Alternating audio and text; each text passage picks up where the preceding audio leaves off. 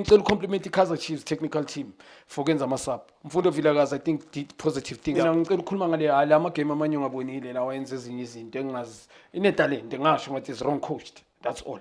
It's got iphethe talent, iphethe raw talent. It's just to coach it wrong. But usesemncane ezusho but time. He's going to learn his job. You need to learn. Also the other thing that's obvious about Yena is being so busy baller. Yeah, and being available for the ball. One uphethe une-advantage technique. He knows how to kick the ball ihlula abantu abaningi lonto le.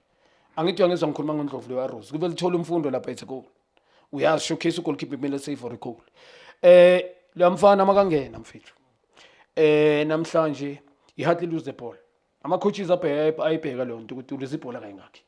Noma ngabe uyi defensive midfield upassa save uluza ibhola kayingakhi. Loya he goes into this game. Uyenzile lento yakhe ukusukumisa ama fans ngezandla. Bengizibuza ukuthi wenzani ufuna uqala but a mindset positive ukuthi want a goal, second goal. Sure. Shot 2 if not mistaken, create chances. Beka le bhola square la. Leli square first time goalkeeper dlula phambi kwebuso bepani. It just that team yakhe azange imjoin. Bebangazi ukuthi uzoyenza le yanto. Well done to the boy. I think keep it up from here. I-performance mfethu lamfana mangadlala so. Ngeke bamhype. Phela thina nkuleka kusinto ezozibheka ukuthi bakuhype. We'll look at you and say sikushayela izandla because we deserve.